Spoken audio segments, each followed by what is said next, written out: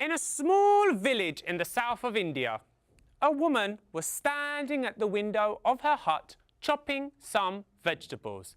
Ta-na-na-na, ta-na-na-na, ta-na-na-na-na-na-na, ta-na-na-na, ta-na-na-na, ta-na-na-na-na-na-na. She stopped as she saw many men walking by. She called out to them, "Hey, where are you going?" And one of the men said, "Hey, we are going into the village because today the storytellers are here, and today we will hear the story of Ramayana." She watched as they walked away, and she felt a bit sad because when she turned around, she saw sitting on the ground was her own husband, Tenali Rama, who was a very nice fellow, but not the sharpest of fellows. He was squatting there on the ground watching the TV with no interest to follow those men to listen to the story of Ramayana. As much as she pushed him and asked him to go, he said, "Hey, bora." She was fed up. She chopped the vegetables very sadly. Da-na-na-na, da-na-na-na, da-na-na, da-na-na, da-na-na-na. He came over and said, "Hey, why are you da-na-na, da-na-na, da-na-na-na? What happened to you? Every other husband is going to listen to Ramayana. Everybody will laugh at me. Why do you want them to laugh at me?" Da-na-na, da-na-na, da-na-na. He said, "Okay, okay, I'll go." And he went to keep her happy. But as soon as he arrived to the performance, to the sharing of the story of Ramayana, he realized he had no interest in listening. So what he did was he sat beneath the shade of a tall tree, and as soon as the storyteller started to speak, he closed his eyes and he went to sleep.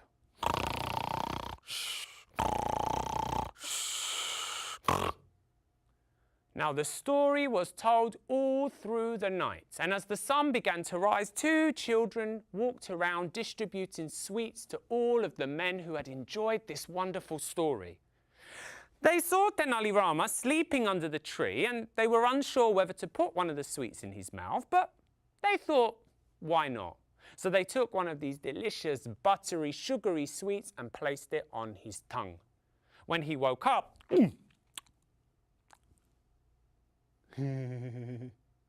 he came back to the house and his wife was waiting for him. Oh, how was the story? How was the story? Tenali Rama looked and said, "It was very sweet." And he went inside. She was confused. "Very sweet, what?" She said, "Oh, this must be the part of the story where Rama and Sita are married, because that's a very sweet and beautiful part of the story." Such a good husband he is. And she chopped her vegetables. Ta-na-na-na, ta-na-na-na, ta-na-na-na-na-na-na, ta-na-na-na, ta-na-na-na, ta-na-na-na-na-na-na. The next day when Tenali Rama went to listen to the story, the same thing happened. He found himself underneath the tree. As soon as the storyteller started to speak, he closed his eyes and went to... But in the middle of the story, all of the electricity in the village went out. Power cut. Two men climbed the tree where Tenali Rama was sleeping, and they tied above his head two big burning oil lamps. As he sat underneath, the heat from the lamp started to singe the edge of his long black hair. When he woke up, he said, "Oh, and went back to the house. His wife was waiting at the door. "Oh, Tenali Rama, how was the story today?" "Very hot." And he went and sat down. She was very confused. She said, "Very hot? Was he?" "Oh, this is the part of the story when Hanuman sets fire to the kingdom of Lanka. Oh, that's why he's feeling hot." Good husband. And she chopped some more. Ta-na-na-na, ta-na-na-na, ta-na-na-na-na-na-na. The next night, Tenali Rama went again, but the same thing happened. The storyteller hadn't even begun to speak when Tenali Rama went to... Now, having some children place a sweet on your tongue or having an oil lamp burning over your head are not really that bad. But for poor Tenali Rama, third time was not lucky. Because as he laid under the tree, walking through the village, was a stray dog. And the stray dog was walking through the village looking to relieve himself somewhere. And when he saw the tree where Tenali Rama was sleeping, the dog thought that that was the perfect place.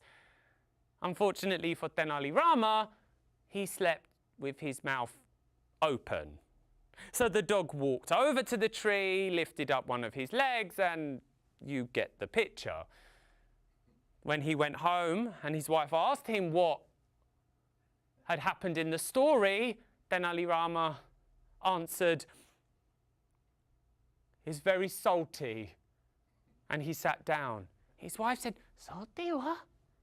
"Oh, this must be the part where they build the bridge in the ocean because the ocean water is very salty." "Oh, what a clever husband you are." And she started to chop. Da-na-na-na, da-na-na-na, da-na-na-na-na-na-na.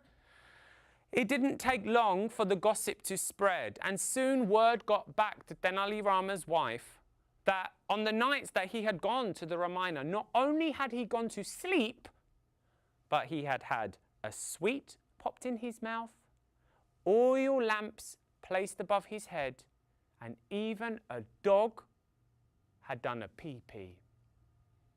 When his wife realized, sweet, hot, and salty, she was furious.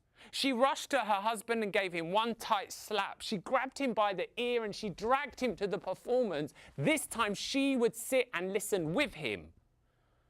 She told him to sit under the same tree, and any time he started to sleep, she would nudge him with her elbow or pull on his ear. The storyteller began. He told the story of how Lord Hanuman had jumped into the air to soar across to give Sita the ring of Rama. But the storyteller explained that as Hanuman was jumping, the ring in his hand fell down. It fell through the sky and landed with a splash in the water. All of the audience were in rapt awe to hear what had happened, but all they heard was Tenali Rama leap up from under the tree. "I will get the ring," Tenali Rama said, and ran into the village. Everybody started laughing. "Look at this man, crazy man. How can he go and catch a ring from a story? Oh, yo, yo." Tenali Rama's wife was so embarrassed. She just shook her head as Tenali Rama ran around the village searching for the ring that had fallen in the story. The storyteller shook his head and continued. But he only managed to finish a few more lines and when Tenali Rama came over and tapped him on the shoulder. When he looked, Tenali Rama reached out his hand and opened it up. And there in the palm of Tenali Rama's hand was Rama's ring from the story. People were confused. How did this man bring a ring from the story and present it before them in this moment? The storyteller nodded and placed his hand on Tenali Rama's shoulder. He said, "You see, my friends, when you open your ears, your eyes, and more importantly, your heart to the Ramayana and to stories, the line between the story and the real world disappear. Story becomes life, and life becomes story. So much so that this man can leap from his seat and catch a ring that had fallen in our story." He said to Tenali Rama, "You have the gift and the understanding of life and story." And when he sat down, Tenali Rama's wife smiled and she said, "That's right. life and story. And from that night on, Tenali Rama would go and listen to the Ramayana under the same tree, but not for 1 second would he close his eyes to sleep.